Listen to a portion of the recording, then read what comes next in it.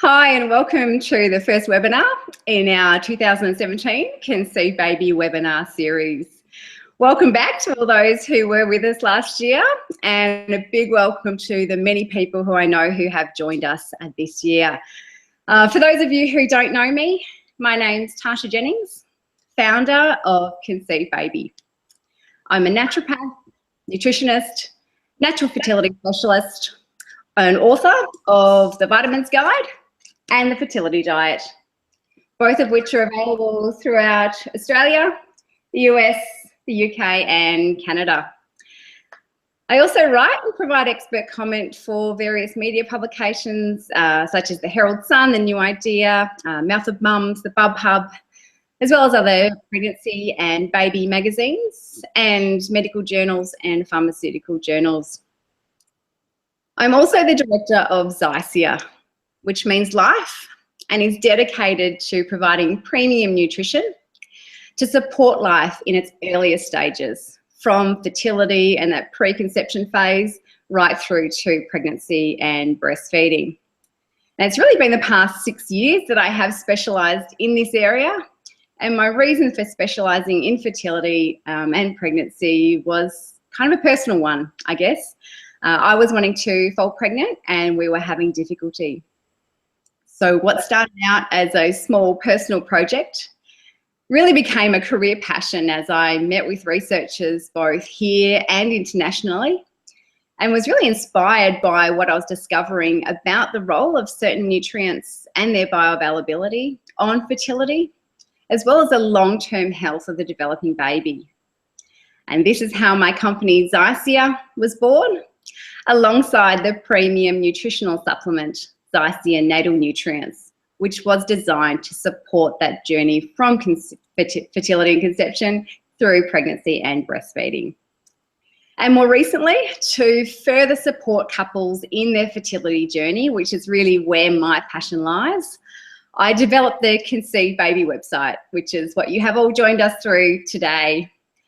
And again, this was based on my own experience. I guess we were fortunate enough to had a background in health and nutrition, and my husband being a cardiologist, we fortunately had, I guess, the knowledge and the medical contacts that meant that our fertility journey was relatively short compared to many couples that I do speak with. And we're now blessed with 2 beautiful children, baby photos of whom you will see scattered around the Conceive Baby website. And my aim for Conceive Baby is really to bring together a team of specialists across all aspects of fertility and preconception health, so that other people who are struggling like we were could have access to the type of qualified expert information that we were lucky enough to have, to help you conceive and carry a healthy baby. And a really valued member of that Conceive Baby expert panel is Gina Fox. Now, Gina and I actually went to Naturopathic college together many moons ago, it does feel, and it's really fabulous to be working with Gina again.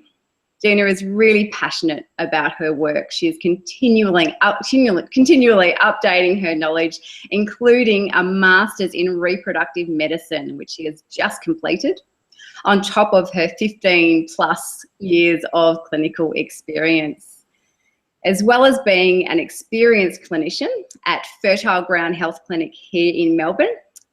Gina is also a writer, a speaker, naturopathic lecturer, student clinic supervisor, as well as the co-founder of the Be Fertile series of guided meditations, which support couples on that often difficult journey through fertility to pregnancy. Gina is a highly skilled practitioner providing naturopathic care for preconception health, infertility, IVF support, and pregnancy care and more. She treats a wide range of issues, including recurrent miscarriage, thyroid, autoimmune antibodies, as well as male fertility. Her professional approach involves working in collaboration with both doctors and specialists to provide effective coordinated treatment. Now, thanks for taking time out of your busy schedule today, Gina. Welcome. Thanks, Tasha. Yeah, I'm looking forward to it. Yeah, and I know more recently you have specialised in the stress area through your own meditation practice and realised how important that is in the fertility journey. Now, I just want to, I guess, the crux of the question, what is stress? What exactly is going on inside our body when we are stressed? Yeah, I mean, we've heard this many times before, this fight or flight, and we've felt it, the sweaty palms, the beating heart, and that's the acute stress signs we've got when adrenaline is being pumped out and noradrenaline, and we have this bodily reaction to it. I certainly remember as a child, I used to get exam stress, and I would just have to rush to the bathroom and feel nauseous and, you know, all of those kind of high acute stress symptoms. Yeah. And so I think most of us would be aware of that acute stress, and they can, you know, vary, you know, from minor right through. And every aspect of the body is affected by stress. So, you know, the immune function, the brain, obviously the muscles, to getting ready to run away, those kind of things. So really all of the essential organs are affected, and then the non-essential organs like the reproduction are actually affected because the energy is taken away from those, digestion and other things. So yeah, so really it should be, stress should be, if it's acute, it should be short-lived and then bring it back to baseline. So yeah, that's kind of what's happening. Why does it happen? I mean, why is stress beneficial? What, I mean, you know, sweaty palms and all that anxiety feeling. Why is that beneficial for us? Well, it's normal and it is healthy. Obviously, it has a role to play in the body, and it's a motivator, as we know. You know, if we're trying to get to deadlines and things like that, it really is a motivator. So that adrenaline rush is useful for that work presentation. But the reality in our current world is that we might lurch from one of these things to another.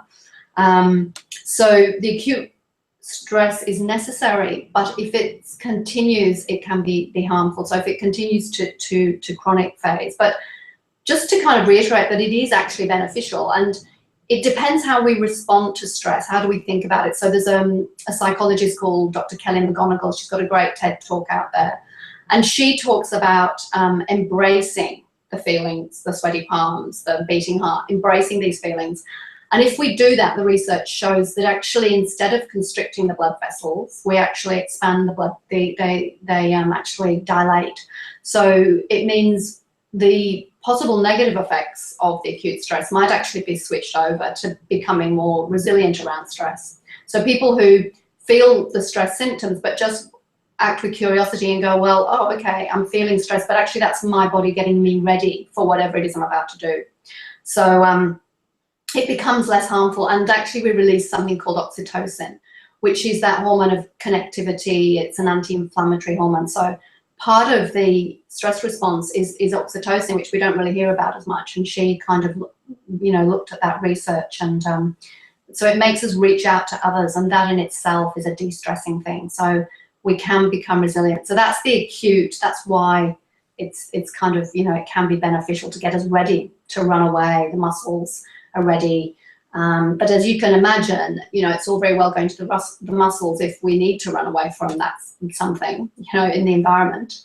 But if that continues, we're going to get stressed muscles. We're going to get really tension, you know, those kind of tension headaches and holding that tension in the neck and the shoulders, you know, that can be a sign of kind of more chronic stress than the acute. So it's more a reaction to stress, even as you're saying, than the actual stress itself. We can flip it around and become a positive thing on our system. Can any sort of chronic stress, I guess, be useful in fertility? I guess it's a motivator, but we know how it negatively affects, you know, ovulation and things like that. Can you, I guess, just explain more specifically how it affects fertility specifically? Yeah. A lot of people think, oh, you know, I'm not that stressed. You know, I've got a busy job, but I'm not that stressed. But they may not, you know, realise what a significant impact in their fertility. Yeah, well, there's a few questions there. I mean, I think it is it's detrimental to the body, the chronic stress. The looking at the research, it's showing that you know, neuroplasticity can go to the negative or to the positive. And if we are under chronic stress, a part of our brain called the amygdala tends to get bigger, and that's the fear-driven part of the brain. That's the fight or flight. And so that means we're going to get more hypervigilant, more looking for fearful things and situations. And the hippocampus is going to almost shrink, and neurons are going to die or be damaged. You know, if it's really chronic ongoing, we can see memory issues, and we can see, you know, brain kind of early brain, you know, not being as effective. So we know that is a problem, and especially if we start to feel that kind of wired but tired feeling. I think that's a good one for people to realize that can lead to anxiety, it can lead to poor food choices, so overeating. So in that case, it can lead, high cortisol can also lead to us putting on weight and keeping on that weight. So, and then illness can develop from that chronic stress. So it's almost like this cascade of stress hormones, and if they're sitting in our bodies the whole time, the beneficial reasons for them being there have gone, and the elevated cortisol then can be damaging. So it can deplete our nutrients, vitamin C, the B vitamins, the magnesium, these kind of things. So, you know, those are the kind of more general reasons. You asked about how it affects fertility, and, you know, if our cortisol's raised, it affects all of our other hormones. So it affects progesterone, which is one of the main hormones of pregnancy that we need it to be in a good state. So it has effects on all sorts of other areas of the body. As you've said, you know, can affect our ovulation, can stop ovulation, can mean we might miss periods. We might get what they call anovulation, and that might go on for some months or not. I had I mean, it might be good just to illustrate with a patient story. Lots of patients benefit by stress, but this is one that is particularly easy to see that the stress reduction really did impact positively. So she was in her early 30s. Her and her husband been trying to conceive for about 2.5 years. She had a condition called polycystic ovarian syndrome, which means that, you know, you can tend to longer cycles and stress impacting on that. And her cycles tended to be anywhere from about 35 days, and could be, the longest one was 5 months. So, you know, really tricky when you're trying to conceive.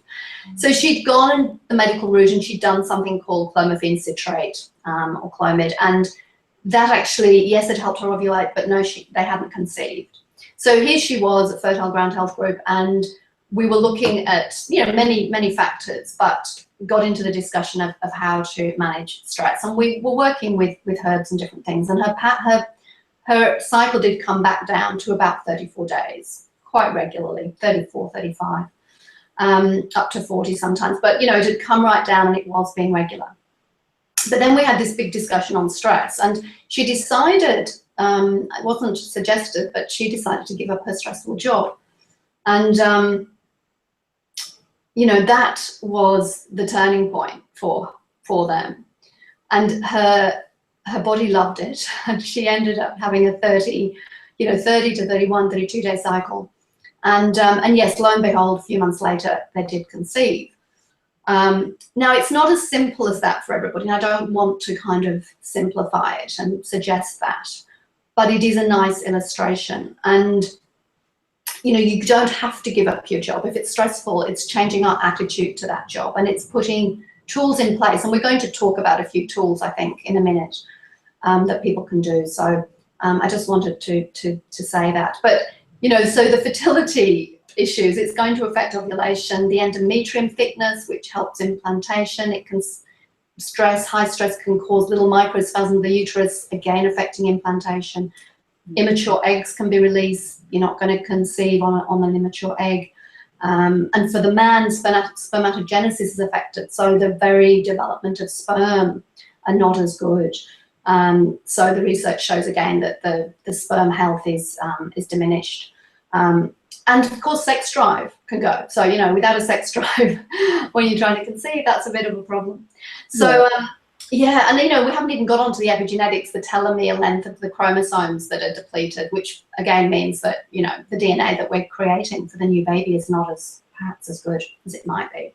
So, you know, many ways that fertility can, yeah, be impacted. I think that's what a lot of people don't realise, and that's what I love speaking to people like yourself, and that it's not just about getting pregnant, it's about creating a healthy baby. And as you said, stress is not just impacting your ability to pop out an egg, okay? Maybe affecting that, but it's also impacting, I guess, your ability to create healthy DNA, create the healthiest child, you know, that you're able to as well. So, and I think in today's day and age, as you said, we often don't, we just manage stress. I think stress is a part of everyone's life, really, to a certain degree or not. And you talked about some tools, and I know if everyone stays with us till the end, Gina's got a great meditation that she's going to guide us through, and her meditations are really excellent.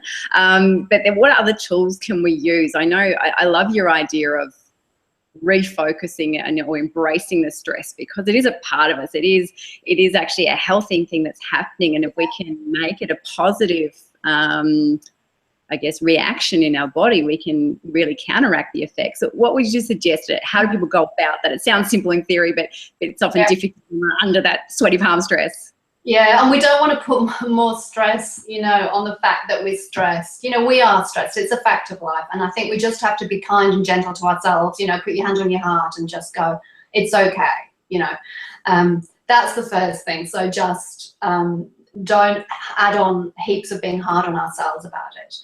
You know, you are where you are, and then let's look at what's going to work for you. So there's many things, but maybe I love the work of this neuropsychologist called Rick Hanson. He's written a lot of books and online courses, and he talks about moving from the red zone into the green zone. So you can probably understand what we mean by the red zone. So, and we automatically move back and forth between these two zones. And he talks about, you know, the fact that we need to go into the red zone. That was survival, you know, for our ancestors back there. And green is the resting state. That's the state of kind of kindness and generosity and feeling one with the world and all of that lovely stuff. And, you know, that's the parasympathetic nervous system, the opposite of the sympathetic nervous system that we've been talking about. It's the kind of repair and the refueling and, you know, immune system building and, you know, reproductive health, really. So we want to go more into that green zone. And the red zone is more avoiding threats, pursuing opportunities, dealing with relationship issues or work issues or whatever it might be. And when we've got that red zone in state, we're primed more for fear, more for being possessive and jealous and aggression. If we're upset, we might get anxious, frustrated, irritated, you know. So if you're in the red zone, you're heading there. So we want to kind of get more back into this green zone, which is healthy, longevity, all of that. If we stay in the red zone too much, our ancestors did die young, you know, they might have been in that red zone quite a lot, who knows.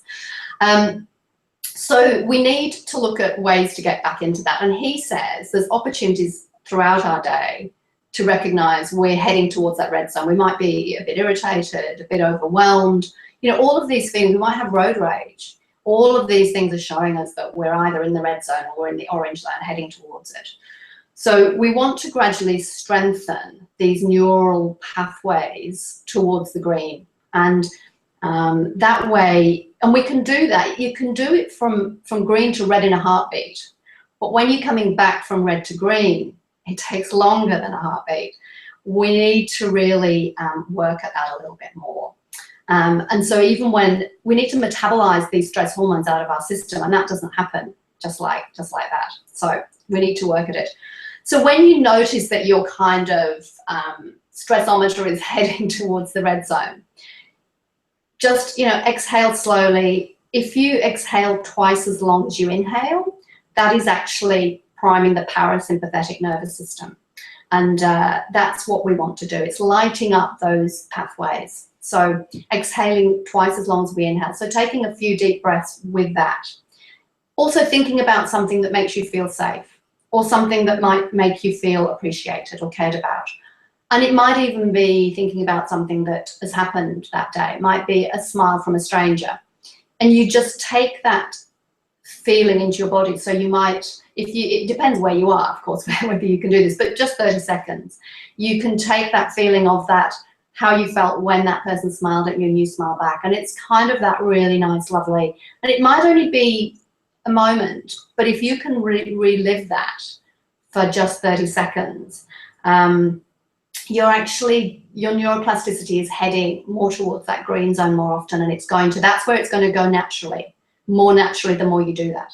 So that's what he says is, the first step is to become aware you're in the red zone. The next step is, okay, taking some deep breaths, or, thinking of something that takes you back into that green zone. And you let that feeling sink in, you relax into it, you relax the tension from your body. So you kind of almost body scan and notice, and you can release the tension. So that's, I think, a beautiful thing for us just to think about on a daily basis. Other things, exercise. We know exercise can calm us, but not over-exercising. And it might even be a few star jumps. It doesn't have to be huge. But we're not talking about marathon running, triathlon. We're not talking about Bikram yoga. We want to energize our body, but not deplete it. So there's a moderate aspect to that. Just going out in nature is great, as well. And you did mention that, we've got some, I've got some I'm co-creator of some CD series. So of course I'm going to mention those. I'm passionate about this meditation side of our life and how it can help, so many of us. So myself and Charmaine Dennis at Fertile Ground decided it was time to create our own CD series. And we wanted them to be specific for the fertility journey so that women felt they were being heard and understood. And, some of us have had issues as well with this fertility, and we kind of get where women are at. And we've spoken to a lot of women as well. So it was really important to be able to help our clients, and that's why we created them.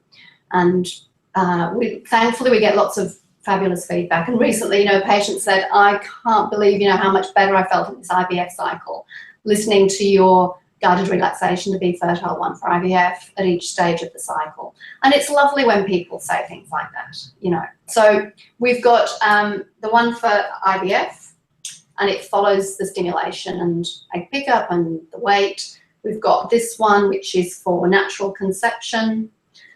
This is pregnancy. So that's when you have got your positive pregnancy and you're worried, and this is the natural conception. So you can download them. They're on the Conceive Baby website as well, Fertile Ground Health Group.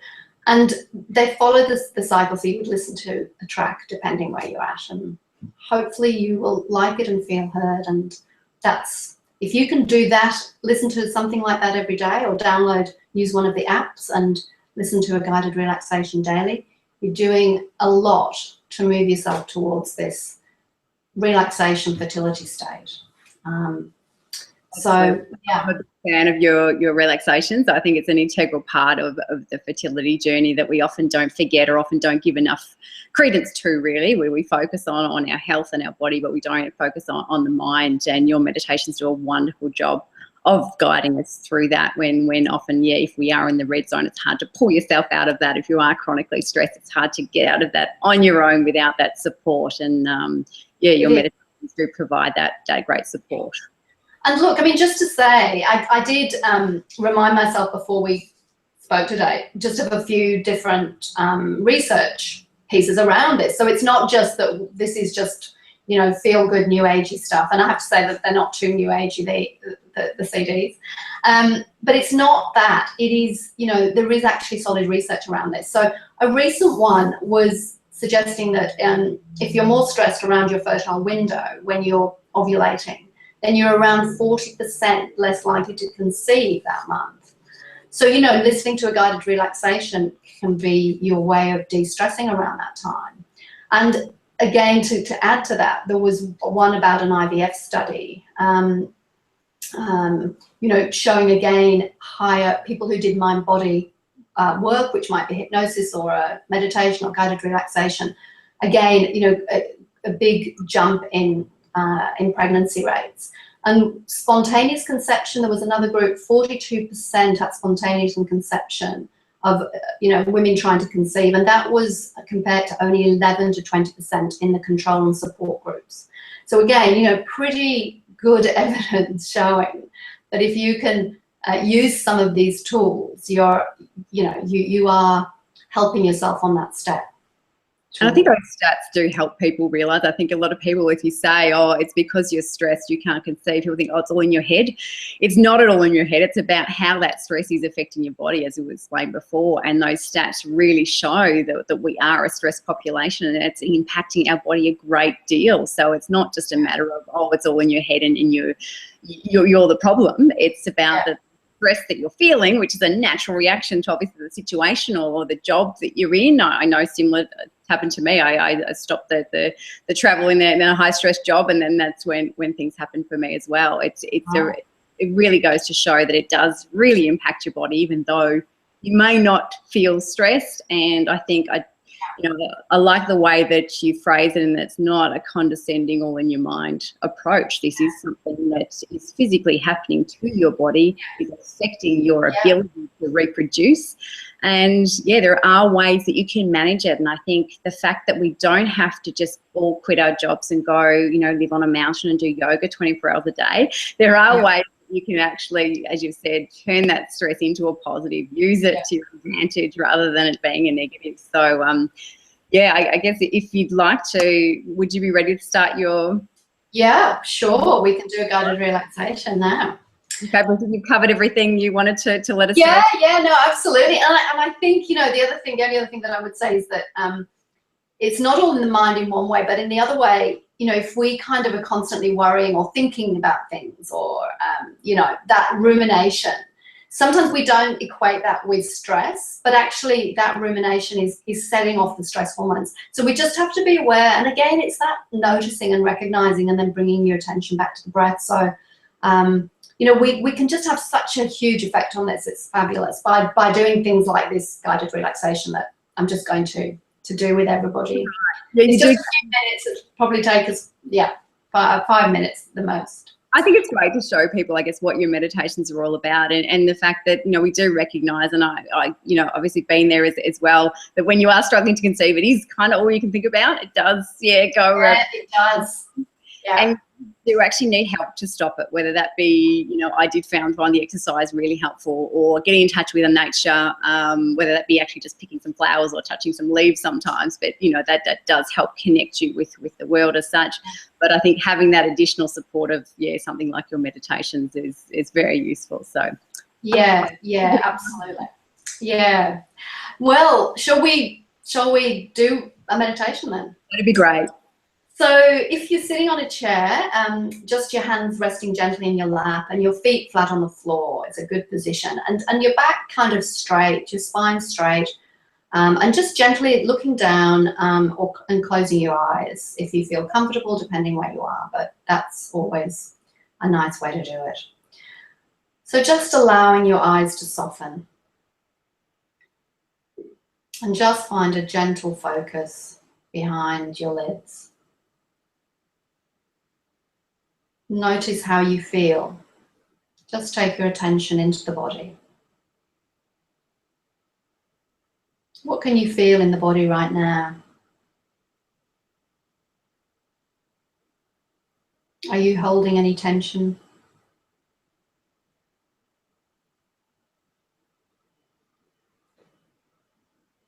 And then just take in a deeper breath. And gently sigh the breath out. And another deeper breath in. And as you sigh the breath out, just relax, release any tension. It takes no energy to breathe out. Just letting it go. Relaxing a little more with each out breath.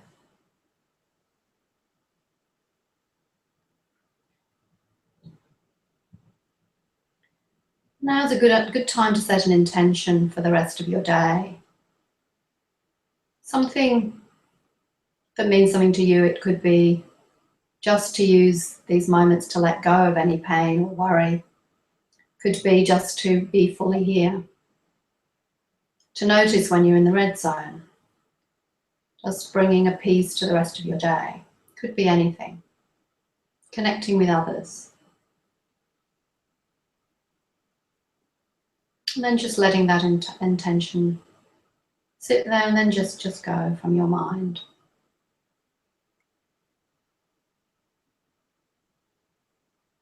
And letting go of any concerns you have about the past or the future. Just for these few moments, we're going to be fully present and here. And if your mind wanders, that's fine, that's what your mind will do. And all you need to do is bring your attention back to the body, feeling the sensations, noticing where your body's touching the chair.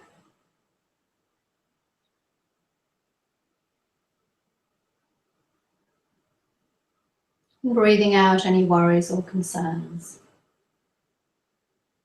Breathing in quiet confidence. And breathing out any negative thoughts. Breathing out any tension. You might even like to have a soft smile on your lips. Just gently turn up the lips. And soften your eyes. Notice any tension in your jaw. Take your attention there and soften your whole face. And feel a wave of relaxation down your neck and shoulders. Softening and releasing. A wave of relaxation continuing down your back, down your arms to your fingers, your chest, softening your heart and your belly and your pelvis and your hips, right down through your thighs and calves, relaxing and releasing. Simply letting go.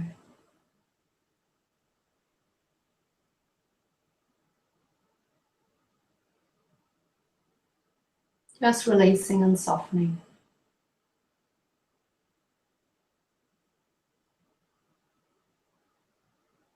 And notice where your breath is coming in and going out. Just simply noticing. It could be in the belly. You might notice the nostrils and the play of air around there.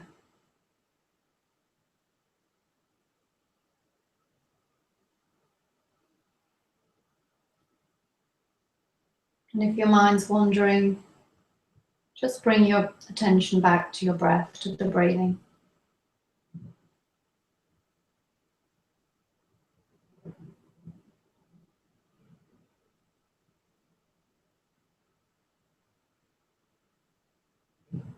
Following the breath, softening the body.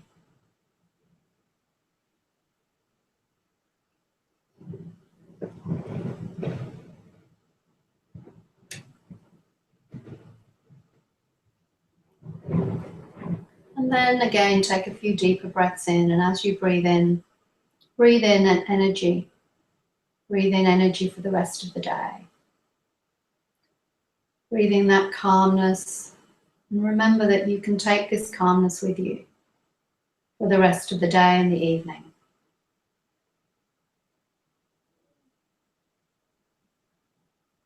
And then gently stretching your arms, rotating your shoulders. And just open your eyes when you're ready. So that took me into the green zone, that's for sure. Absolutely, it's amazing. I just was listening to you then and doing it myself, obviously, as everyone else listening probably was too. And it's amazing how many areas of tension that you do think I'm relaxed, and all of a sudden you're really noticing where you're stiffening or where your jaw is, you know, clenched and things like that, which is really important to nourish our body and realize those things which we don't pay attention to. Yeah, definitely. Yeah. Yeah. Thanks so much for that, Gina. As Gina said, you can purchase the Be Fertile meditations on the Conceive Baby website, as well as the Be Fertile website. So jump on and have a look at that. Thanks so much for taking time out of your busy schedule today, Gina. I know, really hectic times. So we really appreciate you being with us today to share your experience and knowledge, which is so beneficial for everyone out there wanting to fall pregnant. So, just want to say thanks to Gina. Yeah, thank you. No, thanks for asking. It was great. Thanks, Tasha, for organising. Pleasure to be working with you again after all these years. We won't say how many years ago it was we graduated college, but nice to be working with you again. Yeah. For everyone else, thanks for listening in. The replay link will be sent to you in your inbox, which you can view afterwards as well. If you haven't already signed up to the Conceive Baby newsletter to receive all the updates from our expert panel, articles and webinars, you can do so on the Conceive Baby website. You can also download a free introduction to my book, The Fertility Diet. So just log on the Conceive Baby website, that's on the homepage, click on the link and pop in your details there. Thanks for being with us, and we'll see you again in a fortnight.